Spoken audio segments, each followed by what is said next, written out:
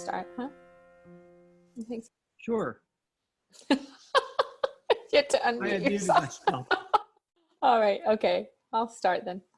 So welcome everyone to our Sifter of Dust podcast discussion that we host on Thursday evenings. Really wonderful to have you all here tonight.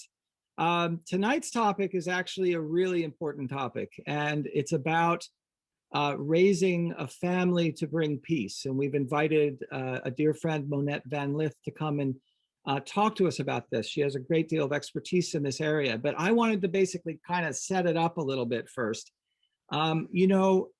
Much of what we see in society in terms of our children's success or failure as adults is really started in childhood, right? And, there's a wonderful Baha'i author and speaker named Nat Rutstein, who's written some wonderful books, particularly about dealing with the issue of prejudice. And, Nat told a story in one of his talks about how when he was a child, a Jewish kid growing up in the Bronx, he would hear the conversations around the dinner table. And unfortunately, that some of those conversations, and he admitted that, were prejudiced towards other racial groups. And so, he said that as he got to be an adult, he actually had to unlearn some of the things that were just said in fun conversation when he was a kid around the dinner table. It was a warm environment. It was a comfortable environment. It was his uncle who he loved, who was jovial and telling these funny stories and different things, but there was prejudice laced through these stories. And so he needed to sort of unlearn some of those prejudices that he's got over, things that he had inherited from his family. And so, I think Nat's wonderful story that he really set up to be a book, and he did a lot of work about prejudice and how to unlearn it. But the point is that so much of what our children become as adults, and so much of what our society is, really depends on how we raise them within our families. And so the family is the basic fundamental block of society. There's the individual, and then there's the family. It's the next step up to world that eventually leads to world unity. So the family is such an important place. So that's why we invited Monette to come and talk about these issues tonight. So Monette is I had the opportunity to know Monette. She and I traipsing through Romania back when we were kids, basically visiting some of the Baha'i communities back then, and just having a wonderful experience. So I've known her for many years, and watched her career grow and her family grow as well.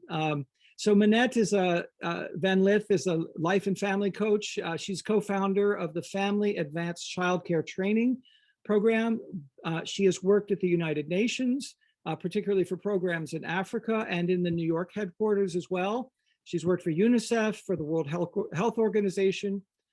She was born in the Netherlands, and you'll hear a little bit of an accent there that will suggest the Netherlands accent, but she was actually raised in Suriname, in South America.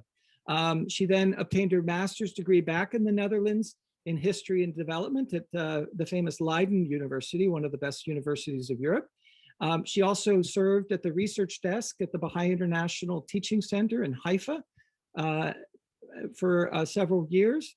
And she now lives in an Eastern time zone in the New England state of Massachusetts. So Monette has sponsored and done many things in terms of improving family life within Baha'i communities. And so we really wanted to, including things that we ourselves have participated in and enjoyed very much. So we wanted to ask her to come on and talk about raising a family to bring peace. So with that, I'm going to turn it over to Monette.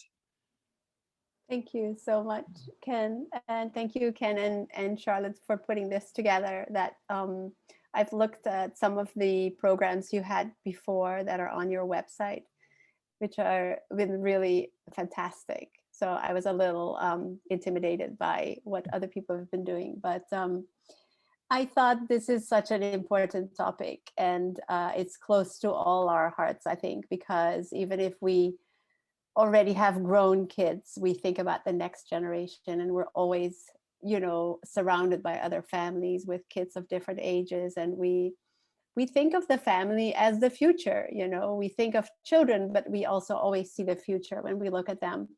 So one of the things that Baha'u'llah says is like, see the end in the beginning. So even if you have a small child, you're already thinking about what that child will be able to do to contribute to the world. And every child is so unique. Every child is full of gifts and potential and talents, that you could imagine that every single child has a contribution to make to the world. And how to develop that potential, how to create the opportunities for each and every child to be able to grow up, and to then, with those gifts and talents that they have, give back to the world and make the world a better place. But like you were saying, Ken, it's in the family that we learn a lot of the ways in which we look at the world, the way we think about things, the way we perceive our surroundings. And very much in the beginning, it is filtered through the eyes of our family and the eyes of our parents. So, you know, it's such an opportunity to actually create the conditions for a future generation that can create a better world. Because I think we can agree that the world is not in a great shape right now. And from the Baha'i perspective, we see this not with despair, although we see it as a very serious situation, but we also see it as a period of transition, that this is not the way the world will continue to go, basically towards self-destruction, but that in fact, this is a period of transition, but we also have to make changes to be able to move into another phase of humanity, where humanity is reaching another level of its development, of its evolution, where we basically are right now through a turbulent period of adolescence, and we're approaching maturity. But with maturity come a complete different set of assumptions about human nature. For example, you know, we think of a human being being noble, that intrinsically every person is noble, but also every person needs that education to bring out the nobility and to polish all those qualities that we inherently possess. So I've put some slides together just to kind of guide the conversation around this topic of the role of the family to create the conditions, or to become a place, a space where children can grow up with the values that we need for a world that is just, for a society that has the values that we need. So if you don't mind, I will share my screen. So welcome everyone to this conversation about the role of the family in creating a just society. It's a big topic. So I've tried to really take some ideas that then we can further build upon, because this is a big conversation. And I think we're really trying to learn about how to create this new kind of family. What are the characteristics of this kind of family? So this is not going to give all the answers, but maybe some points for that. So speaking of a just society, the Universal House of Justice says, a society rooted in justice and characterized by unity, a society in which individuals see their outward differences as a reflection of the beauty and perfection of the multi-hued rose garden of humanity, and in which, drawing inspiration from the divine teachings and applying their God-given talents, they labor confidently to further the progress of an ever-advancing civilization. And the Universal House of Justice also says, social justice will be attained only when every member of society enjoys a relative degree of material prosperity and gives due regard to the acquisition of spiritual qualities. Why are we looking at this through the lens of the family. Universal House of Justice says the family unit, the nucleus of human society, provides an environment within which essential capacities and world-embracing principles can be taught and nurtured. During our time together tonight, we will explore some of the Baha'i teachings on spiritual principles, habits, and patterns of conduct that, when nurtured in the home, can contribute to building a just society. The family unit has, since the beginning of human existence, been the most basic form of organization. The family is the social space within which the individual is prepared to face life independently once reaching adulthood. It is the space where one learns to love, to be tolerant, and to act with justice. The values we embody and live by are to a great extent formed during our early years, and a manner in which we relate to others is shaped during that crucial period, growing up. But unfortunately, it's also in the family that we can be exposed to harmful influences, the tendency to be unjust, to act violently, to suppress all feelings, to be fearful, to be prejudiced, to dominate others, to be self-centered. These tendencies, once formed, are taken from the family into every instance of social interaction. They can become obstacles to progress and gradually tear apart the very fabric of society. Baha'u'llah says, the world's equilibrium hath been upset through the vibrating influence of this most great, this new world order. Mankind's ordered life hath been revolutionized through the agency of this unique, this wondrous system, the like of which mortal eyes have never witnessed. Like all other institutions of society in this age of transition, the family is also deeply affected by the changes taking place in the world.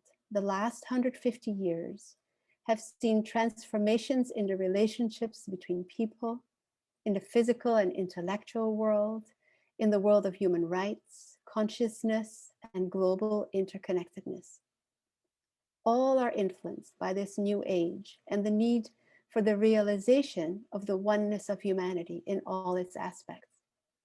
The values and principles that have sustained family life for centuries are being questioned and in some cases cast aside as being outdated and not anymore adequate for the modern world. A few questions that I would like to pose you, but I also think we can sort of explore together after this brief introduction. Can we solve the problems of the world by restoring the family values of past generations? Should we re-examine the very identity of the family? If we want to formulate a new conception of family, one that will help humanity in this time of transition, what might be some of its features? If this future we are imagining is one of a just society, what are some of its fundamental and operating principles?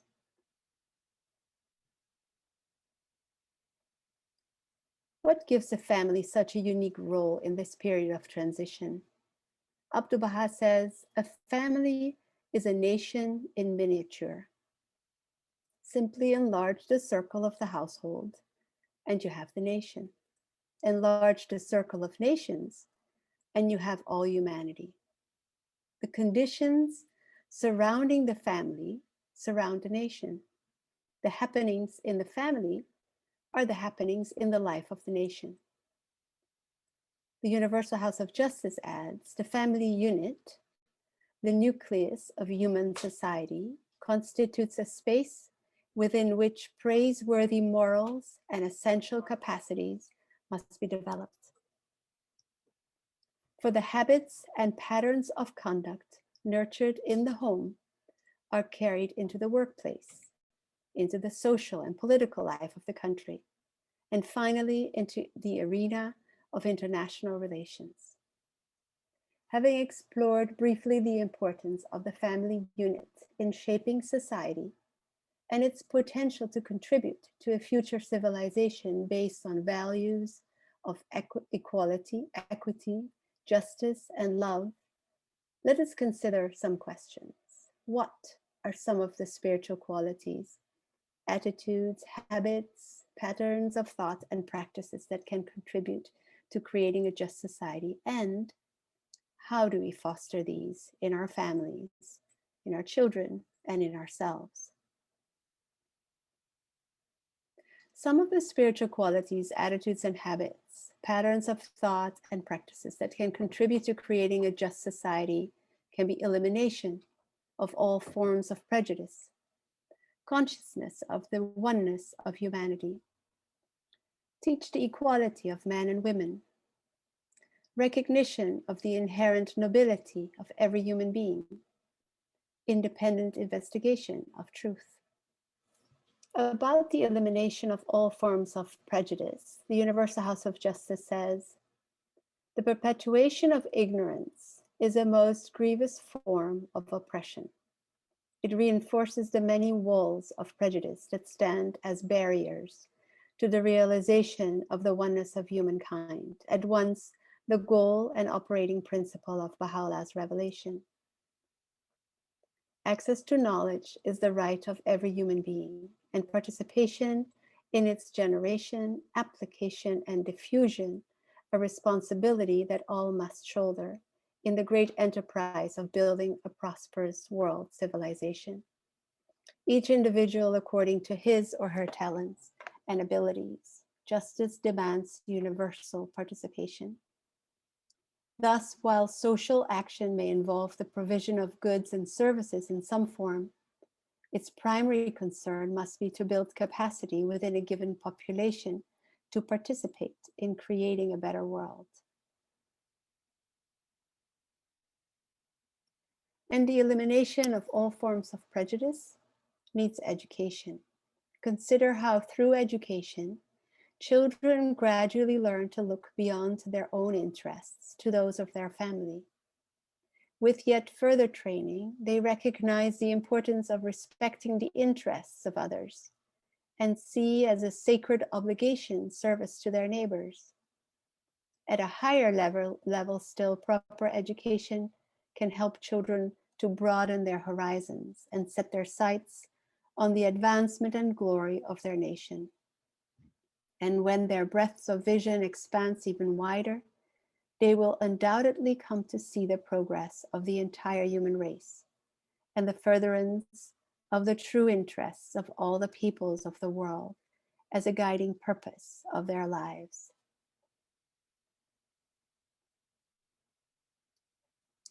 About the oneness of humanity, the Universal House of Justice says children must be so raised as to regard every soul, irrespective of religion, ethnicity, or any other affiliation, as a fellow human being, and to hold dear the words that capture the spirit of the age. The tabernacle of unity hath been raised. Regard ye not one another as strangers. Ye are the fruits of one tree, and the leaves of one branch. Only if you perceive honor and nobility in every human being, this independent of wealth or poverty, will you be able to champion the cause of justice. The oneness of humanity also means acceptance of the oneness of mankind as a first fundamental principle to reorganize and administer the world as one country, the home of humankind. It is certain that the greatest of instrumentalities for achieving the advancement and the glory of man, the supreme agency for the enlightenment and the redemption of the world, is love and fellowship and unity among all the members of the human race. Nothing can be effected in the world, not even conceivably, without unity and agreement. Those were words of Abdu'l-Baha. And Abdu'l-Baha also says in the Promulgation of Universal Peace, which is a collection of his talks that he gave when he traveled in the United States in the early 1900s.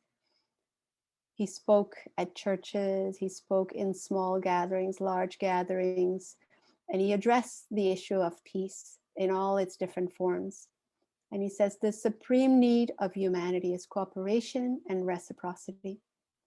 The stronger the ties of fellowship and solidarity amongst men, the greater will be the power of constructiveness and accomplishment in all the planes of human activity. Another aspect that is really important to think about when it comes to a just society, and that is the equality of men and women. The achievement of full equality between men and women in all fields of human endeavor is one of the greatest challenges of our times. To a large extent, the attitudes that sustain the present inequality and thus perpetuate an injustice against half of the human race are unfortunately shaped in the family and are taken from there to the workplace and to society at large. The family, being a human unit, must be educated according to the rules of sanctity. All the virtues must be taught the family. The integrity of the family bond must be constantly considered, and the rights of the individual members must not be transgressed. All these rights and prerogatives must be conserved, yet the unity of the family must be sustained. The injury of one shall be considered the injury of all, the comfort of each, the comfort of all, the honor of one, the honor of all. I was wondering if I should take a little break just for a minute before we continue. I'm going to stop sharing and see if we just want to have maybe a little conversation of what we discussed so far. First, I need to check if you're all still awake, of course, and then and then maybe we can, yeah, I mean, if there's any thoughts that people have, reading through these different quotations and statements on these various aspects of a society that is ruled by love, by fellowship, by collaboration, cooperation, by equality, by justice. Any questions or comments that anyone may have? Martha, please. No, I appreciate the story that Kendall shared earlier about Nat Rutstein kind of growing up and hearing certain conversations or jokes at the dinner table and then having to unlearn that were kind of, you know, had kind of like a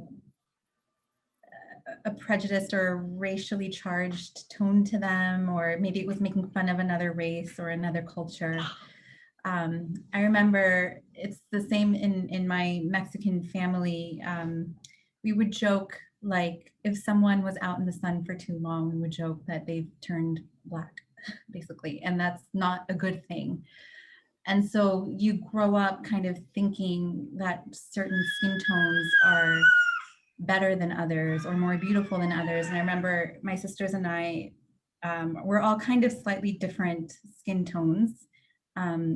My twin is darker, I'm kind of coffee, and then my younger sister is very light. And so growing up, we would always compare. And when we would compare, my sister with a darker skin tone would cry. It's not, I mean, we laugh about it now, but it wasn't funny. It's like, it's really not a funny thing, but these are things we learned in the family. And the quote that you shared, I just wanted to make that connection. I can't remember what slide it was, but it was a quote saying that while it is in the family that we learn to be just, we learn certain values and spiritual principles, unfortunately, it's also within the family where we learn to be unjust or to be prejudiced, or we learn certain things. And oftentimes it's through seemingly innocent things, right? A joke at the dinner table, a little side comment or a complaint, but, or maybe even it's not verbalized, it's not vocalized, but it's maybe a shared attitude. The mom scoots over, when they're sitting next to someone that, maybe darker skinned or from a different culture, and she, squeezes you a little tighter, or, so it's such an interesting thing because it happens kind of so automatically. So these principles that you listed are very helpful, but I think they really have to be internalized, and it's almost that a parent has to internalize them maybe simultaneously as they're trying to, or first, I don't know, maybe it's both. We have to try, because children really watch us. And I have a baby who's now running away out the door. I need to go catch her in a second before she goes too far. But she's always observing and watching me. And anything I do or say, my attitude, my outlook to the world, that's going to inform how she's going to take in the world as well. And so it's almost like, to be a good parent, you kind of have to embody these things as well. But then also understand that you as a human being are not perfect. So how do you also kind of train children that even if you do have a prejudice, because it's not like I'm prejudice free, right? I'm a human being. I'm probably going to have something that I'm prejudiced about without realizing it until that moment. How do I help them understand that I'm a human? I'll make these mistakes. I might have some of these things that are not great, but then what I do with that, I think, becomes important. How I rectify that, how I acknowledge it. Oh, I didn't have a good attitude about something. That's not good. I'm reflecting on it, and tomorrow I'm going to do better and make a conscious effort to make each day better than the last. I think that kind of dynamic process of reflecting and vocalizing that reflection to children, so that they see that, okay, mom and dad are not perfect, but they're trying and making conscious efforts, that they learn to do that as well, because they're not going to be perfect. I gotta run. Thank you, Martha. That's excellent. Those are such good points, because I do think, like, you can't pretend like we are perfect, and we also cannot create a perfect condition in our home that will then raise children free of all these things. But then how do we raise that consciousness first? Because when you raise the consciousness, then you can do something with that consciousness, even in our own selves, that we catch ourselves thinking something that is a prejudice, or that that is unkind towards somebody, or that is not thinking of the world as the home of everyone, where everyone is a member of the human family. Charlotte, were you going to say something? Yeah, I just wanted to say, as parents, as human beings, we have to be humble. We're all learning. I mean, nobody is a complete professional in any area. That we're always learning. And I think as parents, it's really important to say, I mean, I apologize a lot because I make mistakes a lot. I say, guys, I'm really sorry I raised my voice. I shouldn't have done that. But I was, this happened and this is why I did it. I'm really sorry, and I'll try not to do it again. I'm going to work on that. And like Martha was saying, it's important for kids to know, like, we're not perfect and we don't have all the answers. And I think that's how, when we were in school, I remember thinking, teachers, whatever they taught me was the truth, the honest truth. And then I remember learning, later on in life, oh my gosh, that's the textbooks we were learning from weren't necessarily, right on. And, teachers don't know everything, just like parents don't know everything. But to have this humble posture of learning, which is one of my favorite phrases, all throughout life, and to give that to our kids, that we're always learning and growing. But to really demonstrate that, because they learn mannerisms from us. They learn a way of thinking and behaving and reacting from us. So if we're demonstrating you know, it's so important to be a good example. And I think that's why Baha'u'llah asks us, you know, we have this twofold moral purpose in the Baha'i community that's promoted. And the first being that we're encouraged to nourish our spirituality and grow spiritually. And our second service is to the community, so that we can go out into the world and be of service and be good people and be good examples. And, you know, this is a constant. They have to work in collaboration with each other, right? Because we can't wait until we're perfect spiritual beings to go out into the world and serve. Yeah, such a good point. Also, this idea, and that it will come up in a couple of slides, which is the independent investigation of truth as a way of helping our kids also to say, like, investigate things, you know, find out what is really, what is meant by that, or what can I understand from that, and to be a bit independent in their, to become capable of judging things through a lens of justice or fairness, or a lens of love, a lens of the oneness of humanity, you know, to learn to see with their own eyes and not through the eyes of others. It's becoming increasingly important in society, but also for our kids growing up, that they develop this capacity. You know, I think one of the reasons that that's so important is because we're trying to do something in our world right now that has never been done, right? We've all grown up in civilizations that were inherently unfair on some level. And so, you know, we really do have to break through. We have to consciously look at the patterns of the past and make sure we don't fall into them, and keep our eyes open. The other thing I wanted to say, and I was thinking about it when Martha was speaking, is, and this is a point I know reflecting on my own childhood, but also now that I have kids that are a little older and sort of getting some feedback from them, that children care more about what we do and how we treat them than what we say. They don't listen to what we say. And I remember my father's passed away now 10 years or so. I couldn't tell you more than 5 things that I remember the words of him saying to me.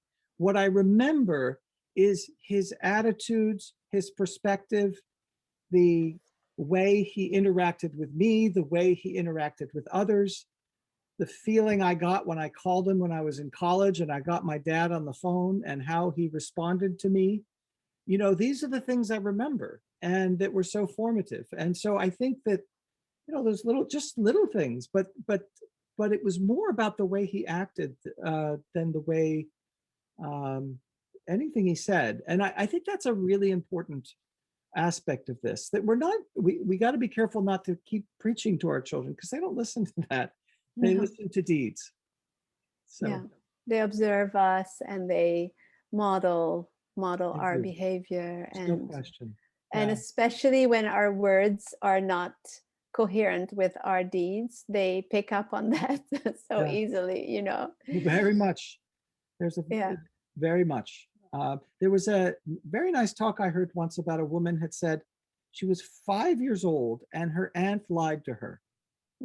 And it was kind of a white lie, but she knew she'd lied. And she said, it took me years to trust my aunt again.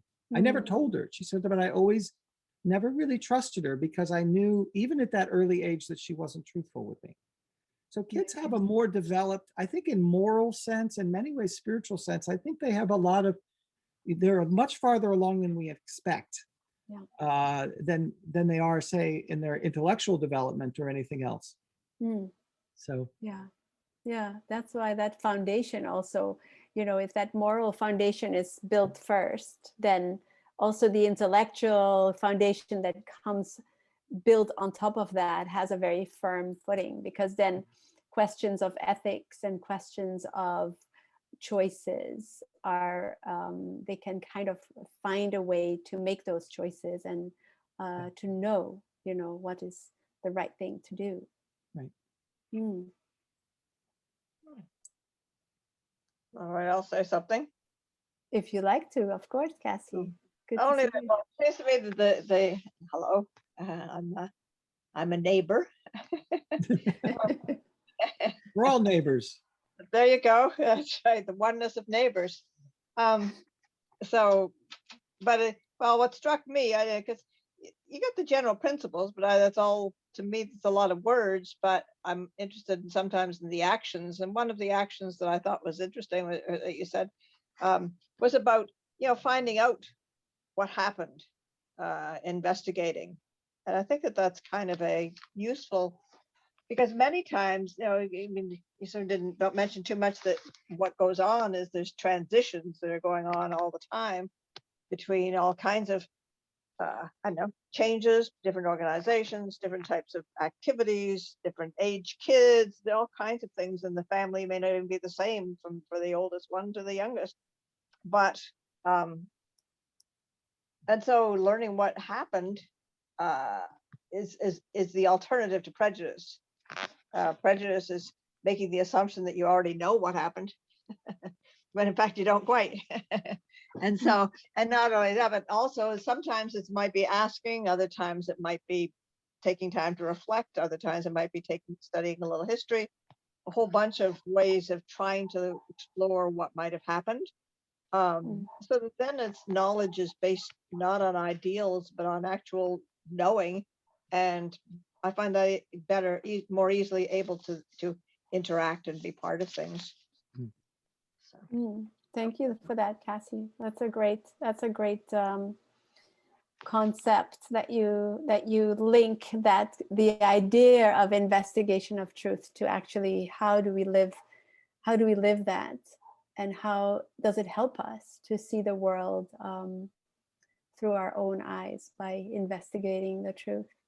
Shall we, also in the interest of time, shall we read a few more of the slides? Yeah. You think that's good? It sounds great. Does anyone like to share in the reading?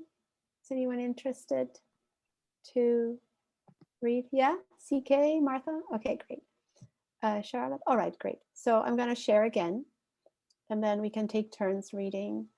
So CK, would you mind reading this slide, please? Sure. My name's Charlie. I don't know how to change the name. I think my computer is named CK. Okay, Charlie. So it's just by default. Anyway, my name's Charlie. Thanks. Thanks for having this. Recognition of nobility.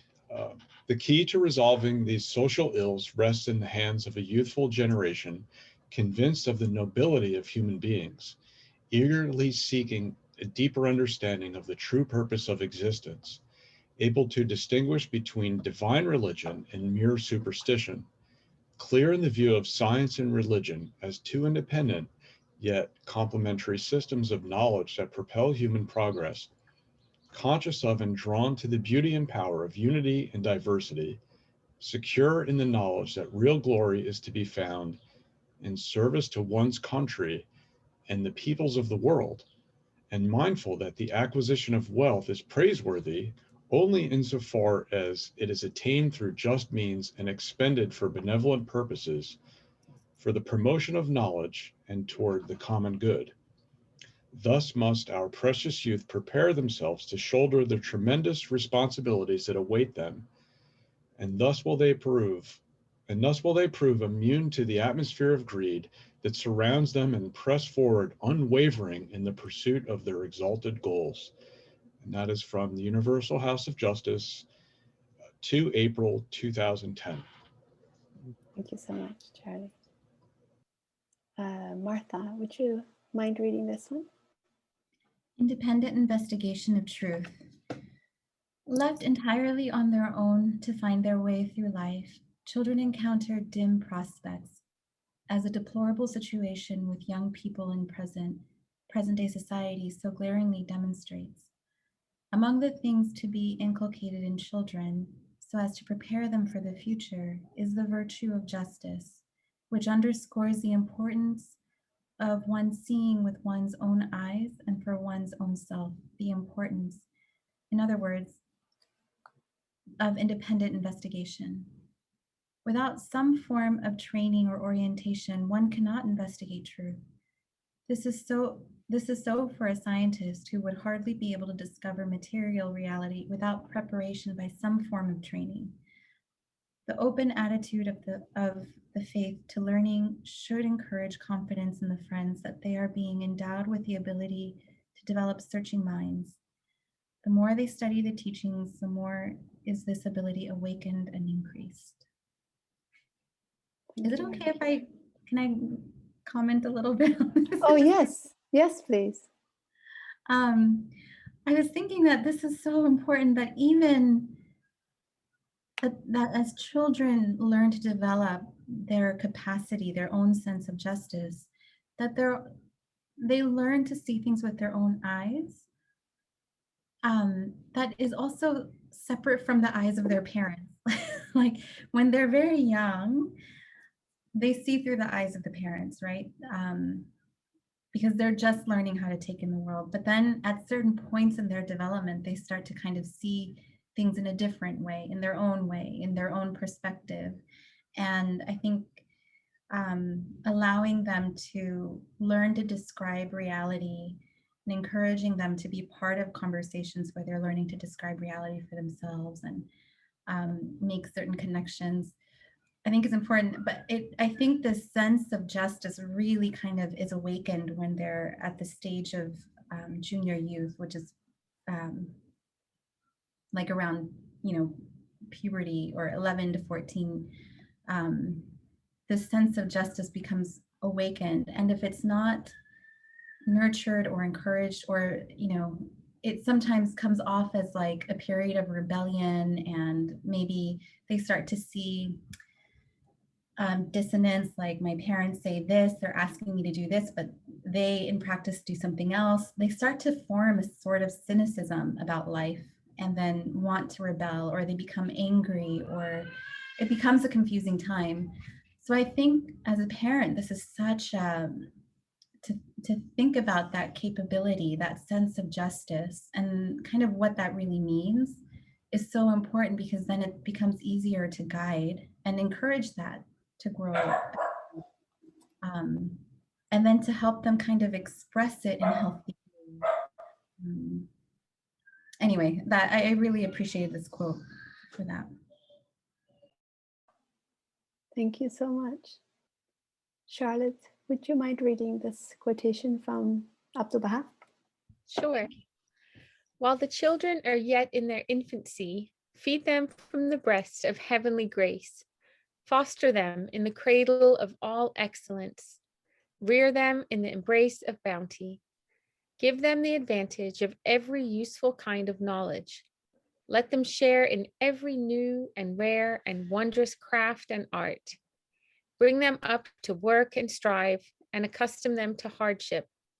Teach them to dedicate their lives to matters of great import, and inspire them to undertake studies that will benefit mankind. Thank you so much. I find this always, it's such a high standard. And it's such a guide. Yeah, Ken, do you want to say something? I was just struck by this quote, and I almost want to pause for a minute and go over it line by line, because there's so much in here.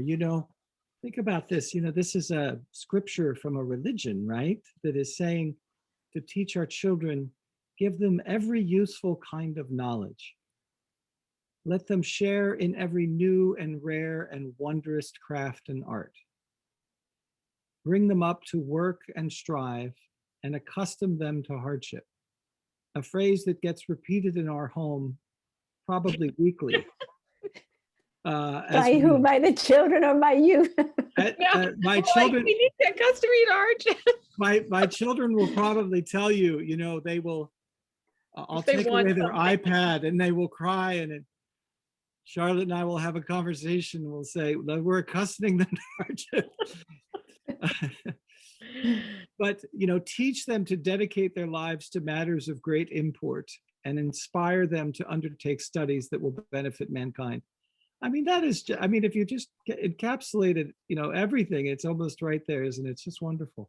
Yeah. It's beautiful. Yeah.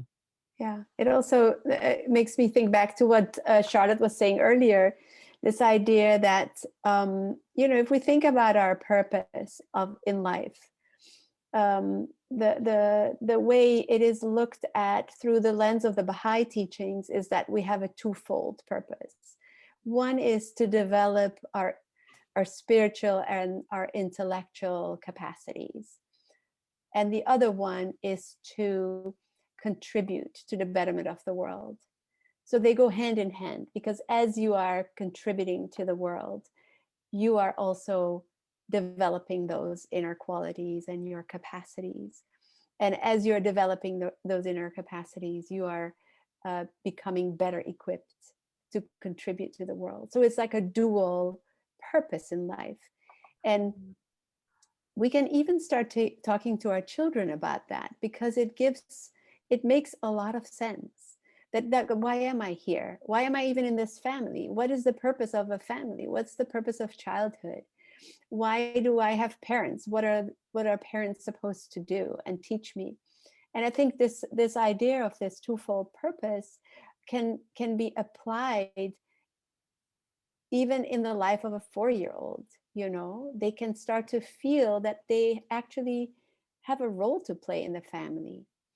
The way they contribute to the family, not just maybe chores, but also just the joy they bring, the questions they ask, the enthusiasm they bring for new ideas, the maybe the plans they want to discuss with the family. And then they're also developing their inner qualities that we as parents help them to discover. And so, to have this sense of purpose, and then to say to your child, if you choose a profession that can really contribute to the betterment of the world, you are fulfilling part of your purpose, because that contributes to the betterment of the world. Even your profession, even the choices you make in your school, in the direction of your the life you're taking.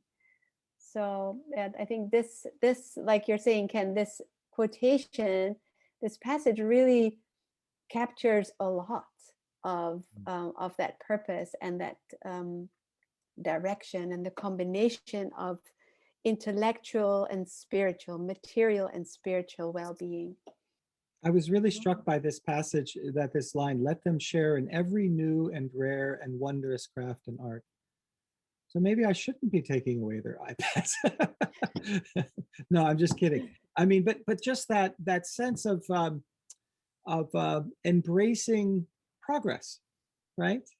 Embracing progress. Yeah. Yeah.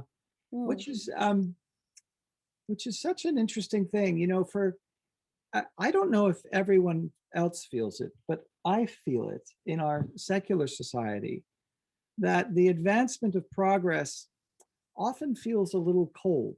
I don't know. I think there's a tension in our society of the feeling of progress feeling a little cold. I don't know if you know what I mean by that, because I think we all try to go for our comfort foods, right? And our comfort foods are things we grew up with and things that we're used to, in all of its aspects. I think that fuels a lot of the nationalism that we see. People are comfortable with that, and even they're comfortable with their religious backgrounds, but embracing the diversity of religions is challenging, because it might mean that what I believed growing up is not true. And I have to give up the warmth that I feel for that, which is, I think, one of the wonderful things about Baha'u'llah's faith, but also actually all of the other great faiths. When at the time in history they came into the world, they asked nobody to give up anything that they had before. They just simply asked them to accept a broader reality that is not cold at all. When the pagan people of Europe or the Jews who accepted Jesus, they didn't give up anything that they had believed before. They accepted something new. And so I think that, one of the unique aspects of the Baha'i faith is this aspect of being able to embrace progress, but at the same time, not have it be something cold. Feel it actually feels warm and in many ways familiar to those things we loved about our and really cherish about what we grew up with, or the best parts of what we grew up with. Yeah, that's such a good idea as well, because when you think of religion as a progressive way in which humanity has moved from stage to stage, you know, we can see all the different religions contributing to human evolution, humanity moving forward. So you don't reject what was before, but you also want to look ahead and embrace new ideas, and to be able to move with the times, because the times are also changing, as everything undergoes change. There is nothing that does not change. And it's like the seasons, you know, you may have winter, but then you have spring again. Life comes back. It looks like it was gone, but it was just hidden, and it comes back with spring. Charlie? Oh yeah. I love the first sentence. I think I counted 4 words that I put under the category of nurturing. Well, the children are yet in their infancy. Feed. So feed is nurturing. Breast is nurturing. Well, foster would also be nurturing. So that's 3. Cradle of excellence. So cradle and embrace. And I like the word cradle in there, because a cradle is a bed that an infant is in.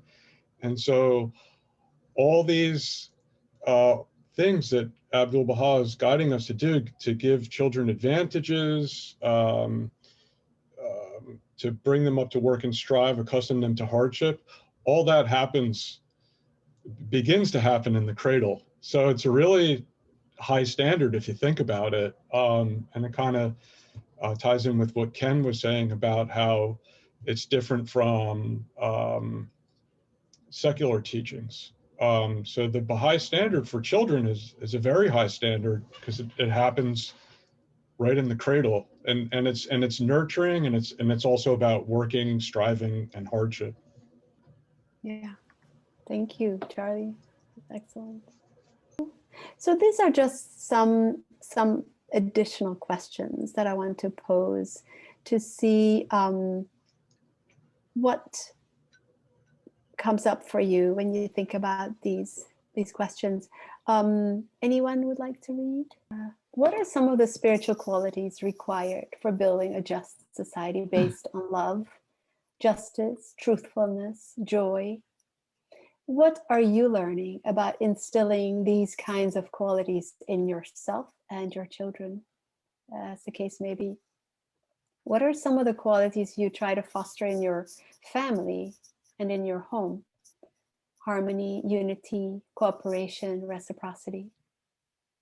We can generate knowledge about this together with other families or with other people that we're close with, within our own context, within our culture, in our neighborhood. So we sort of take the diversity of the human family, and then try to see how do these teachings work in transforming the world, little bit by little bit, from within the family and then out into the world. I was thinking maybe to stop here, and also because I'm conscious of the time. So maybe a couple more thoughts, if anyone would like to share a few more thoughts, especially this idea that you would, the cradle, right? The family, the cradle, like you start at the very beginning. There's some quotes even from Abdu'l-Baha where he says, you know, we should really give our children those ideals and those spiritual principles commingled with the mother's milk. So it's even at that very early stage, you know, even prenatal probably. But if we think about the child once it's entered this world, like how do we start? And then what is it that we can do with our parenting, but then also what kind of home do we create? What kind of environment is conducive to developing these kind of qualities? And also in seeing the world as to avoid this idea that it's my family and then there's the world out there. So there's sometimes in the way that we feel a very strong solidarity with our family, we actually create inadvertently that's sort of an us and them sense, and children pick up on that too. It's like there's our family and then there's the rest of the world. So to actually say like, well, there's no more us and them, it's all us, it's one world. How do we raise our children with some of these principles and some of these ideals? Martha? Thank you. This is really, I love the just the kind of the sequence of thoughts and concepts within the presentation. And one thing you shared at the beginning is this idea of seeing the end in the beginning. And I think as a parent, you know, from the baby still in the womb till, you know, and then they're infants, and, you know, this image of from infancy nurturing them and whispering these prayers in their ears and showering them with this kind of unconditional love. But then at that stage, you can also think about, you know, purpose of life and what the purpose of this little being that you're raising is. And we all share the same purpose in a sense, you know, to develop our talents, our capabilities, and put those to use in the field of like service to humanity. And that in doing so, like that twofold moral purpose concept, in contributing to the betterment of the world, in contributing to service, that arena of service in and of itself allows me to develop intellectually and spiritually. It's within that sphere that I'm able to develop to my fullest potential as a human being. But then it's also helpful to think in terms of like the different stages of a human being as well. You know, the stage of childhood, there's the adolescent stage, then there's, you know, that stage of maturity. I'm sorry for the baby noise in the background. I hope it's not too distracting. But it We can't have this conversation without baby noises in the background. It's perfect. Here it is. Like the soundtrack of it. Yeah. But you know, at that stage of infancy, they're just taking everything in, right? They're just listening and taking things in and absorbing. And then when they start to kind of repeat things back, they're learning a language, they're learning movements, they're developing their physical capabilities. Everything is kind of through mimicking what you do as a parent.